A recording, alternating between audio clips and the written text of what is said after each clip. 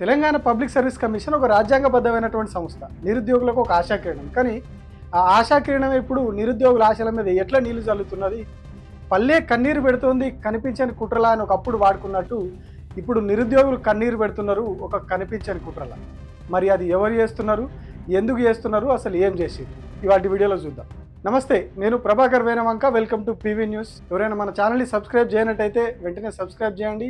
అట్లాగే bell icon కూడా press చేయండి. వీడియో కనుక నచ్చితే మీ ఫ్రెండ్స్కి కూడా షేర్ చేయండి. ఇక విషయంలోకి వద్దాం. గ్రూప్ 1 ఫలితాలను రద్దు చేస్తూ హైకోర్టు ఉత్తర్వులు ఇచ్చింది.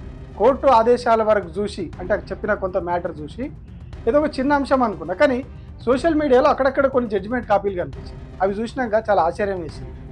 మిత్రుల ద్వారా ఫుల్ డాక్యుమెంట్ తెప్పించుకున్నా. అది చూస్తే మైండ్ బ్లాంక్ అయింది. జడ్జిమెంట్ కాపీ చివరికి వచ్చేసరికి అసలు నేను చదివింది నిజమేనా లేకపోతే ఏదైనా ఫిక్షన్ స్టోరీ చదివినా అన్న అనుమానం కలిగింది.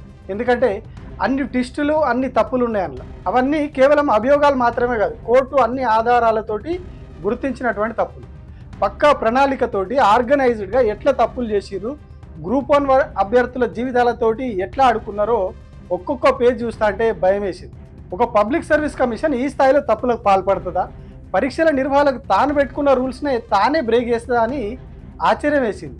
నిర్లక్ష్యం, పారదర్శకత లేకపోవడం, నిజాయితీ లేకపోవడం, బాధ్యత లేకపోవడం వంటి పదాలను కోర్టు పదే పదే ప్రస్తావించిందంటే ఇందులో ఎంత తప్పులు జరిగినాయో అర్థం చేసుకోండి. ఇక ఈ గ్రూప్ 1 కథ ఏంది? గత ప్రభుత్వం ఇచ్చిన నోటిఫికేషన్ రద్దు చేసి కొత్తగా కొన్ని పోస్టులు యాడ్ చేసి 563 పోస్టులతోటి 19/2/2024 నాడు గ్రూప్ 1కు నోటిఫికేషన్ ఇచ్చారు. 9/6/2024 నాడు ప్రిలిమినరీ పరీక్ష జరిగింది. 21/10/2024 నుండి 27/10/2024 దాకా మెయిన్ పరీక్షలు జరిగింది. ఈ ఏడాది మార్చి 30 నాడు ఫలితాలు కూడా ప్రకటించారు. ఆ ఫలితాలు చూసి షాక్ అయినటువంటి అభ్యర్థులు హైకోర్టు మెట్లెక్కారు. హాల్ టికెట్లు ఇచ్చే దగ్గర నుంచి అసలు డ్రామా మొదలైంది. సాధారణంగా ప్రిలిమ్స్కి ఇచ్చినటువంటి హాల్ టికెట్ నెంబర్తోనే మెయిన్స్ కూడా రాయాలి. కానీ నిర్వహణ సౌలభ్యం పేరుతో, అంటే అటెండెన్స్ తీసుకోవడం వంటి ఈజీ అయితే అని చెప్పి ఆ రూల్ని పక్కన పెట్టేసి కొత్తగా హాల్ టికెట్లు ఇచ్చింది పబ్లిక్ సర్వీస్ కమిషన్. అంత రహస్యంగా హడావిడిగా ఎందుకు కొత్త హాల్ టికెట్ నెంబర్లు కేటాయించాల్సి వచ్చింది అంటే కుస్తో గడబడే అన్నట్టే కదా.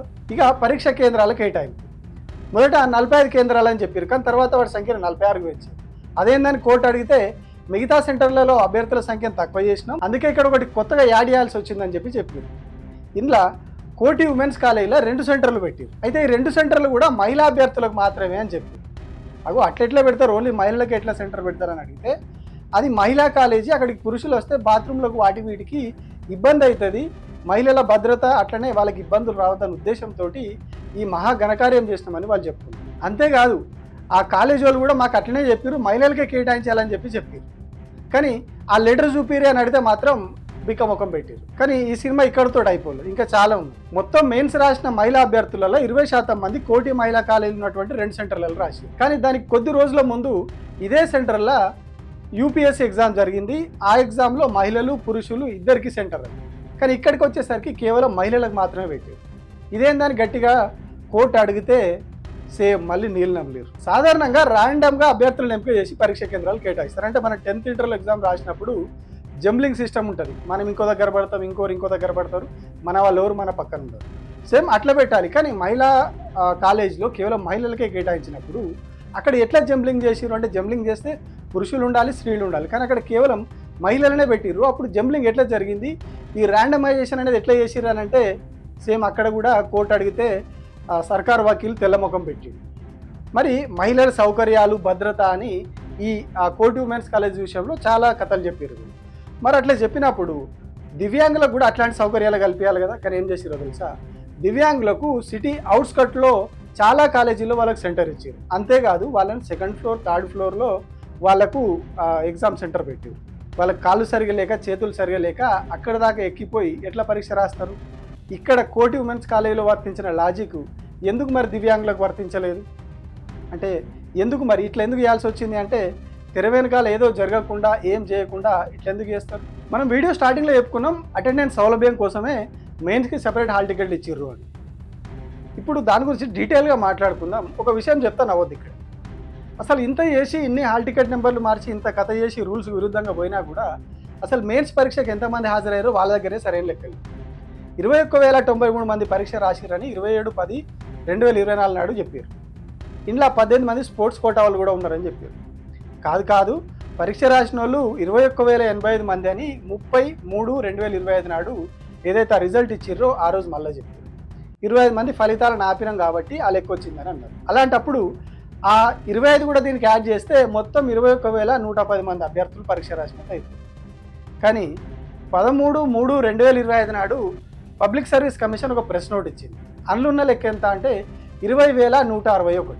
మరి మిగిలిన వాళ్ళందరూ ఎక్కడ పోయారని అడిగితే 924 మంది మెయిన్స్లో ఏదైతే క్వాలిఫైయింగ్ పేపర్ ఇంగ్లీష్ ఉందో జనరల్ ఇంగ్లీష్ దానికి వాళ్ళు క్వాలిఫై కాలేదు, అందుకని వాళ్ళని పక్కన పెట్టినాము, అందువల్ల ఈ నెంబర్ వచ్చిందని చెప్పారు. కానీ మార్చి 30 నాడు ఇచ్చిన ఆ దాంట్లో మాత్రం వాళ్ళవి కూడా అన్ని ప్రకటించేసి ఈ తమాషా ఏందో పాపం న్యాయమూర్తి కూడా అర్థం కాలేదు. కాస్త ముందుకెళ్ళినాక ఈ క్వాలిఫైయింగ్ కథ గురించి డీటెయిల్గా మాట్లాడుతుంది. కొత్త హాల్ టికెట్ నెంబర్లు ఇచ్చిందే లెక్క సరి చేయడానికని అన్నారు. మరి ఇప్పుడేమో ఒక్కోసారి ఒక్కో లెక్క చెప్తున్నారు. అట్లాంటప్పుడు కొత్త హాల్ టికెట్లు ఎందుకు ఇచ్చినట్టు అంటే ఇక్కడ కూడా ఏదో ఉన్నది, ఏదో తేడా చేయడానికి, ఏదో గలిబిలు చేయడానికే ఈ హాల్ టికెట్ నెంబర్లు కొత్త ఇచ్చినట్టు కదా. ఇక్కడ దాకా ఏదో అనుకోవచ్చు, కానీ చివరికి పేపర్లు దిద్దడం కూడా తప్పులు జరిగింది. ఇవి కోర్టు కూడా గుర్తించింది. పేపర్ను ఫస్ట్ ఒక ఎక్స్పర్ట్ దిద్దుతాడు, దిద్దిన తర్వాత ఆయన వేసిన మార్కుల పేపర్ చింపేసి ఇంకొక ఎక్స్పర్ట్కి ఇస్తారు, ఆయన మళ్ళీ దిద్ది ఆయన కొన్ని మార్కులు ఇస్తాడు. సో వీటన్నిటిని కూడా చీఫ్ ఎగ్జామినర్ పరిశీలించి వాటిని ఎట్లా ఉన్నాయి తేడాలు ఏమున్నాయిందని గమనించి అప్పుడు ఫైనల్ మార్కులు ఇస్తారు. అయితే ఇంట్లో కూడా తేడా జరిగింది. ఒక్కో పేపర్ని ఒకటే ఎక్స్పర్ట్ రెండు సార్లు దిద్దాడు. అంటే ఫస్ట్ దిద్దిన వ్యక్తి ఆయననే, సెకండ్ దిద్దిన వ్యక్తి ఆయననే. అట్లాంటప్పుడు మార్కుల్లో వేరియేషన్ ఎట్లా వస్తుంది? ఒకటే పర్సన్ 2 సార్లు ఒకే పేపర్ దిద్దితే మార్కుల వేరియేషన్ ఎక్కడ ఉంటుంది? ఉండదు. వాడు ఫస్ట్ టైం వేసిండో సెకండ్ కూడా అదే వేస్తాడు. మరి ఇట్లెందుకు వేసిరని కోర్టు అడిగితే రకరకాల సమాధానాలు చెప్పి కోర్టును కూడా తప్పుదో పట్టించే ప్రయత్నం చేసిర్రు. చివరికి కోర్టు గట్టిగా చివాట్లు పెట్టి వదిలేసింది అక్కడ. ఇక మార్కులు ప్రకటించే దాంట్లో కూడా మళ్ళీ తప్పుడు కథలు. కమిషన్ రూల్ ప్రకారం అయితే అందరి టోటల్ మార్కులు ప్లస్ సబ్జెక్ట్ వారీగా అన్ని కలిపి కమిషన్ వెబ్సైట్లో పెట్టాలి. కానీ వీళ్ళు ఏం చేసిర్రు, ఒక్కొక్కరికి ఇండివిజువల్గా వాళ్ళ మార్కులు పంపించారు. ఇది అసలు మీ రూల్స్లో లేదు కదా, ఇట్లా ఎందుకు రూల్స్ బ్రేక్ చేసిర్రు అని అడిగితే టోటల్ మార్కులు ఇట్లా వెబ్సైట్లో పెట్టాల్సిన అవసరం లేదు అని చెప్పి కోర్టుకే చెప్పారు. కానీ అదే మళ్ళీ ఎవరైతే రీవాల్యుయేషన్ కోసం పెట్టుకున్నారో దాని తర్వాత మళ్ళీ అందరి మార్కులు తీసుకొచ్చి వెబ్సైట్లో పెట్టారు. అంటే అప్పుడే అందులో పెట్టాల్సిన అవసరం లేదని వాళ్ళే చెప్పారు కోర్టుకి. కాసేపటికే లేదు పెట్టాలి, అందుకే పెట్టినాం మేము అని చెప్పి వాళ్ళే చెప్పారు. గతంలో వాళ్ళు సబ్మిట్ చేసినటువంటి అఫిడవిట్లు అన్ని కూడా కోర్టు తీసి ముంగట పెట్టి అక్కడనే గట్టిగా అరుచుకున్నారు. మరి ఎందుకు ఇట్లా అంటే గడికో మాట మాట్లాడుకుంటా, తాపకో పూటకో మాట మాట్లాడుకుంటే ఎందుకు పబ్లిక్ సర్వీస్ కమిషన్ ఇట్లా చేస్తూ ఉన్నది? ఎవరి కోసం తన ప్రతిష్టను తాకట్టు పెడుతుంది? క్వాలిఫైయింగ్ గురించి ఇందాక చెప్పుకున్నాం కదా, ఇప్పుడు కొంచెం డీటెయిల్గా మాట్లాడు. పబ్లిక్ సర్వీస్ కమిషన్ నిబంధనల ప్రకారం గ్రూప్ 1 మెయిన్స్లో జనరల్ ఇంగ్లీష్లో క్వాలిఫైయింగ్ మార్కులు వస్తేనే మిగిలిన పేపర్లు దిద్దుతారు, లేకుంటే వీటన్నిటిని కూడా పక్కన పెట్టేస్తారు. ఇంట్లో ఓసీలకు 60 మార్కులు రావాలి, బీసీలకు 52.5 మార్కులు, ఎస్సీ ఎస్టీ ఫిజికల్లీ హ్యాండిక్యాప్డ్కు 45 మార్కులు వస్తే అవి చేస్తారు. బట్ వీటిని ర్యాంకులు అప్పుడు ఏమంటారు క్యాలిక్యులేట్ చేయరు, వీటిని పక్కన పెట్టేసి మిగతాయి మాత్రమే చేసి ర్యాంకులు ఇస్తారు. సో ఇక్కడ కూడా ఈ క్వాలిఫైయింగ్ మార్కుల విషయంలో కూడా పబ్లిక్ సర్వీస్ కమిషన్ ఆ రూల్ని బ్రేక్ చేసి ఏదైతే వీళ్ళు ఫైనల్ రిజల్ట్స్ ఇచ్చిర్రో అందులో క్వాలిఫై కాని వాళ్ళ మార్కులు కూడా ఉంది. అంటే జనరల్ ఇంగ్లీష్లో క్వాలిఫై కావడానికి రావాల్సిన మార్కులు రాకున్నా కూడా వాళ్ళ పేర్లను ఆ లిస్టులో పెట్టి ఫైనల్ లిస్టులో ఇచ్చారు. 240901035 అనే అభ్యర్థికి ఇంగ్లీష్లో 27.5 మార్కులు వచ్చింది. ఆయనకు టోటల్గా అన్నింటిలో కలిపి వచ్చినాయి 72. 240901043 అనే అతనికి 44 మార్కులు వచ్చినాయి, టోటల్ 88 మార్కులు. 240901059 అనే అతనికి 15.5 మార్కులు వచ్చినాయి, అతని టోటల్ మార్కులు అంటే అన్నిట్లలో కలిపి 103 మార్కులు వచ్చినాయి. ఇట్లా 12 మందికి ఇంగ్లీష్లో క్వాలిఫై కాకుండా కూడా టోటల్ మార్కులను కమిషన్ ప్రకటించింది. అంటే కమిషన్ వాళ్ళు ఎంత పద్ధతిగా ఎంత రూల్స్ని ఫాలో అవ్వకుండా పరీక్షలు నిర్వహించారో ఇంతకంటే ఏం ఎగ్జాంపుల్ కావాలి. మరి ఇట్లా ఎవరి కోసం రూల్స్ బ్రేక్ చేసిరో అని అంటే నో ఆన్సర్. ఇక ఇంకొక కీలకమైన తప్పిదం, పేపర్లు దిద్దడానికి ప్రభుత్వ విద్యా సంస్థలు యూనివర్సిటీల్లో పనిచేస్తున్నటువంటి ప్రొఫెసర్లు లెక్చరర్లను మాత్రమే తీసుకుంటామని చెప్పి వాళ్ళ రూల్స్లో ఉంది. కానీ ప్రైవేట్ వ్యక్తులతో కూడా పేపర్లు దిద్దించారు. అది కూడా ఆర్సీ రెడ్డి లాంటి ఐఏఎస్ కోచింగ్ అకాడమీలో పనిచేసి ఒక వ్యక్తిని తీసుకొచ్చి పేపర్లు దిద్దిపించారు. ఆయన పేరు ఎంఏ మాలిక్. అయితే ఆయన అక్కడ పనిచేస్తలేడు, చాలా రోజులు అయింది అక్కడ మానేసి అని చెప్పి పబ్లిక్ సర్వీస్ కమిషన్ బుకాయించే ప్రయత్నం చేసింది. కానీ అదే ఆర్సీ రెడ్డి ఇన్స్టిట్యూట్ నడిపిస్తున్నటువంటి వివేక్ అనే మ్యాగజైన్కి ఆయన రెగ్యులర్గా ఆర్టికల్స్ రాస్తూ ఉన్నారు. సో అట్లా రాస్తున్నాడంటే వాళ్ళకి స్టూడెంట్స్ తోటి సంబంధాలు ఉన్నట్టే కదా. ఒకవేళ ఆ ఇన్స్టిట్యూట్ అభ్యర్థులు వచ్చినప్పుడు వాళ్ళకి ఎక్కువ మార్కులు వేస్తాడు కదా, వేయడానికి అవకాశం ఉంది కదా. కానీ ఇవన్నీ తెలిసినా కూడా ఆయన తీసుకున్న దానికి కూడా సమర్థించుకునే ప్రయత్నం చేసి మరి ఎందుకు ఇంత ఆయన బ్యాక్గ్రౌండ్ తెలిసినా కూడా ఆయన ఎందుకు తీసుకోవాల్సి వచ్చింది? ఒక ప్రైవేట్ సంస్థలో ప్రైవేట్ ఇన్స్టిట్యూట్లో ఐఏఎస్ ఇన్స్టిట్యూట్లో ఉన్న వ్యక్తిని తీసుకోవడానికి ఎవరు ప్రోత్సహించారు, ఎవరు ఒత్తిడి తీసుకొచ్చారు? ఇవన్నీ ఎందుకు మాట్లాడుకోవాల్సి వస్తుంది అంటే అభ్యర్థులకు వచ్చిన మార్కుల లెక్కలు తీసినప్పుడు ఇవన్నీ కూడా ఆలోచించాల్సి వస్తుంది. ఒక అభ్యర్థి కార్పొరేట్ ఉద్యోగానికి రాజీనామా చేసి రోజుకు 12 గంటలు చదివి చాలా అనుభవంతో ఎగ్జామ్ రాస్తే పేపర్ 1లో ఆయనకు వచ్చిన మార్కులు 33, పేపర్ 2లో వచ్చినాయి 45, పేపర్ 3లో 10, పేపర్ 4లో 8, పేపర్ 5లో 2, పేపర్ 6లో 7 మార్కులు. 3 సబ్జెక్టులలో మొత్తంలో 3 సబ్జెక్టులలో సింగిల్ డిజిట్ వచ్చినాయి.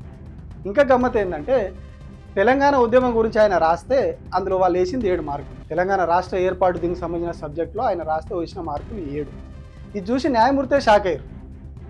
ఇంత కార్పొరేట్ ఉద్యోగం చేసి ఇంత అనుభవం ఉన్న వ్యక్తి, తెలంగాణ ఉద్యమం గురించి తెలిసిన అతను అభ్యర్థి రాస్తే 7 మార్కులు ఎట్లా వస్తాయి, ఏ రకంగా 7 మార్కులు వేసిరని చెప్పి న్యాయమూర్తే పరిశాన్ అయ్యింది. అంటే మరి మార్కులు ఉద్దేశపూర్వకంగా వేసిరా, కావాలనే తక్కువ వేసిరా, అంటే వేరే వాళ్ళకి ఎవరికైనా లాభం చేయడానికి వీళ్ళకి ఇట్లా తక్కువ చేసిరా, వీళ్ళు అంటే ఒకరికి నష్టం చేస్తే ఇంకొకరికి లాభం జరుగుతుంది కదా, అక్కడ క్వాలిఫైయింగ్ లిస్ట్లో తగ్గుతారు ఫైనల్ లిస్ట్లో. సో మరి ఆ ఉద్దేశంతో ఇట్లా వేసారు. సో ఈ కథ ఏందో వెళ్దామని కోర్టు ఇంకో క్వశ్చన్ కూడా అడిగింది, మరి పేపర్ దిద్దడానికి ఏమైనా కీ ఉంటుందా అని అడిగింది. అంటే ఇది డిస్క్రిప్టివ్ ఎగ్జామ్, అంటే పేజీలు వ్యాసాలు రాయాలి, కీ ఏమి ఉండదని చెప్పి కోర్టుకు చెప్పింది వాళ్ళు. అట్లా చెప్పినప్పుడు కోర్టు ఇంకొక ప్రశ్న అడిగింది. ఒక అభ్యర్థి తెలంగాణ ఉద్యమం గురించి, చరిత్ర గురించి పూర్తి వివరాలతోటి ఒకటే పేజీ రాసిండు, కానీ డీటెయిల్స్ అన్నీ ఉంది. ఇంకొక అతను 10 పేజీలు 15 పేజీలు రాసిండు. అప్పుడు ఇద్దరికి మార్కులు ఎట్లా ఇస్తారని అడిగితే అప్పుడు కథ వీళ్ళకి షాక్ అయింది. పచ్చి వెలకాయ గొంతులో పడ్డట్టే ఈ బిక్కముఖం వేసిరు. లేదు కీ ఉంటుందని చెప్పి ఓ సీల్డ్ కవర్లు ఇస్తామని చెప్పి సీల్డ్ కవర్లు తీసుకుపోయి కోర్టు చేతిలో పెట్టి, మరి అదన్నా చక్కగా ఉందా అంటే అందులో కూడా అన్ని తప్పులు ఉన్నాయి, సరైన సమాధానాలు లేవు.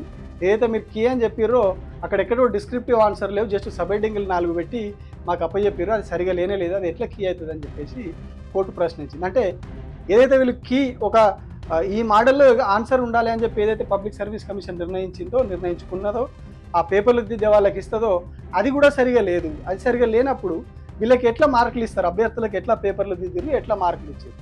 అంటే వాళ్ళ దగ్గర ఉన్నటువంటి ఏదైతే ఆ బ్లూ ప్రింట్ ఉంటుందో ఆ బ్లూ ప్రింటే సరిగా లేనప్పుడు అభ్యర్థులకు ఎట్లా మార్కులు వేసారు, ఏ రకంగా మార్కులు ఇచ్చారు, అంటే అవి కూడా సరిగా లేదు. మార్కులు ఇచ్చే విధానంలో కూడా తప్పిదం ఉన్నట్టే కదా. మరి అంటే ఎందుకు ప్రతి స్టేజ్లో మనం చూస్తూ ఉన్నాం, ప్రతి స్టేజ్లో తప్పులున్నాయి, ప్రతి స్టేజ్లో దారుణాలు జరుగుతాం. ఇక తెలుగు భాష మాట్లాడే మన రాష్ట్రంలో తెలుగులో పరీక్ష రాష్ట్రాలకు పబ్లిక్ సర్వీస్ కమిషన్ చాలా పెద్ద ద్రోహం చేసింది. ఇంగ్లీష్ మీడియంలో 12,381 మంది పరీక్ష రాస్తే 506 మందిని ఎంపిక చేసింది. తెలుగు మీడియంలో 8,694 మంది రాస్తే 56 మందిని ఎంపిక చేశారు. ఉర్దూలో 10 మంది రాస్తే ఒకరిని ఎంపిక చేశారు.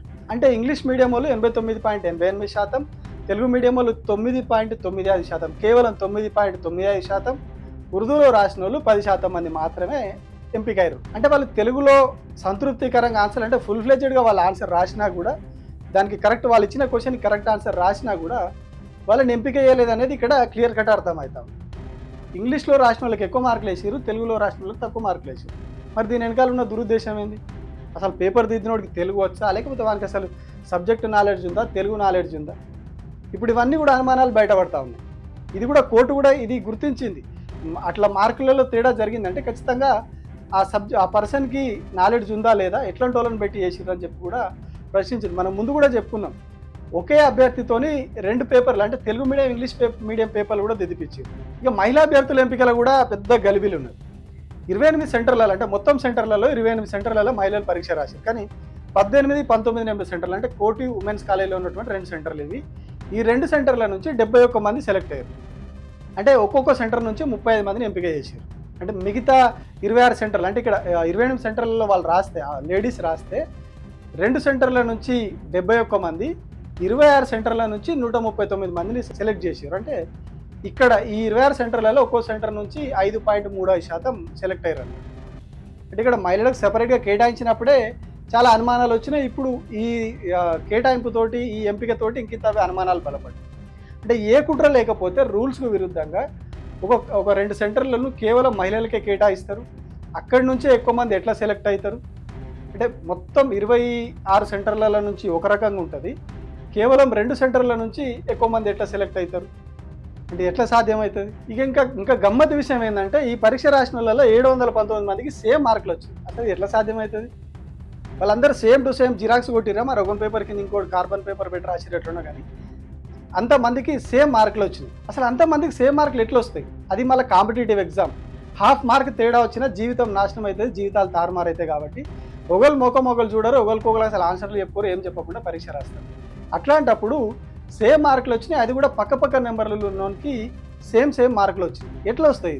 హాల్ టికెట్ నెంబర్ 2409024770 నుంచి హాల్ టికెట్ నెంబర్ 2409024711 వీళ్ళిద్దరికి కూడా 253 మార్కులు వచ్చినాయి.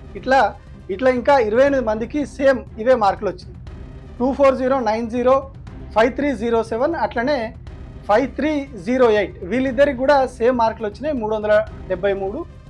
మొత్తంగా ఆ 54 మందికి 373 మార్కులు వచ్చినాయి. అట్లనే 2409104339 అట్లానే 440 రెండు పక్క నెంబర్లు 393.5 మార్కులు వచ్చినాయి. ఇట్లనే సేమ్ 51 మందికి సేమ్ 393.5 మార్కులు వచ్చినాయి.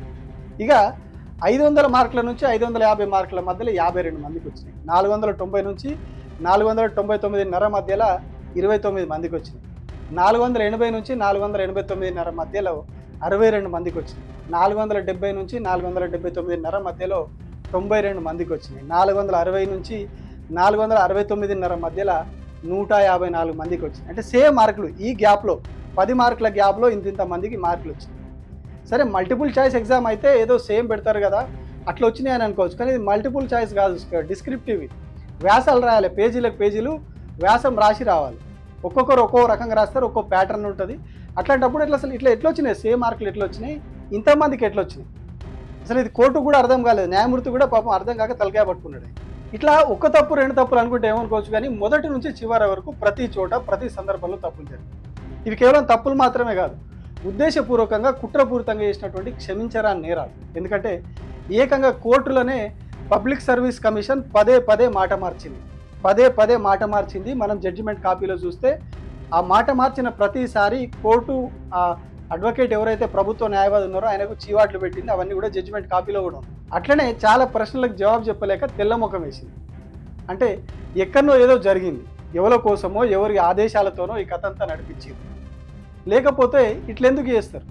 కోర్టునే తప్పుదారి పట్టించే ప్రయత్నం ఎందుకు చేస్తారు? అందుకనే ఇంకా అనుమానాలు పెరుగుతూ ఉన్నాయి. మరి వీటికి మూల్యం ఎవరు చెల్లించాలి? ఇప్పటికే గ్రూప్ 1 అభ్యర్థులు విపరీతమైన ఒత్తిడిలో ఉన్నారు. ఇప్పుడు మరో 8 నెలలు వేచి చూడాలి. అప్పటికైనా న్యాయం జరుగుతుందా అంటే నమ్మకం లేదు. ఎందుకంటే పేపర్లు దిద్దేది వాళ్ళే, దిద్దించేటోళ్ళు వాళ్ళే, మీదున్న సర్కారు కూడా వాళ్ళే. సో మార్కులు వేసేది వాళ్ళే కాబట్టి మళ్ళీ వాళ్ళే ఉంటారు. ఆల్రెడీ 3 కోట్ల బేరం అనే మాట బయట నడుస్తున్నారు. సో ఇప్పుడు తేలాల్సిందల్లా డబ్బులు లేని పేద అభ్యర్థులు ఆశలు వదులుకోవాల్సిందేనా?